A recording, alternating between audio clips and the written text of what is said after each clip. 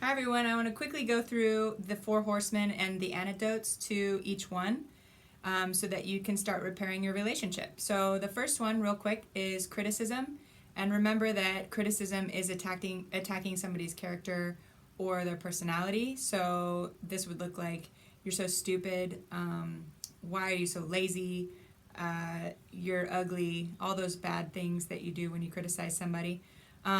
And the Gottman state that the antidote to this would be to use a gentle startup. So a gentle startup is not "you're so stupid," but instead focusing on your own feelings and using an I statement. And this sounds pretty cliche in therapy to use an I statement, but in case you don't know what that is, basically you say what you're feeling about the behavior, not their character. So instead of saying "you're so stupid," you say, "I feel unheard when you are not listening to me," or "I am feeling overwhelmed because I'm unable to get everything accomplished when the reports aren't being written." So using a gentle startup will help you in your relationship to feel a little less criticized and a little more like you're saying a complaint about a behavior rather than attacking their character. So the antidote to criticism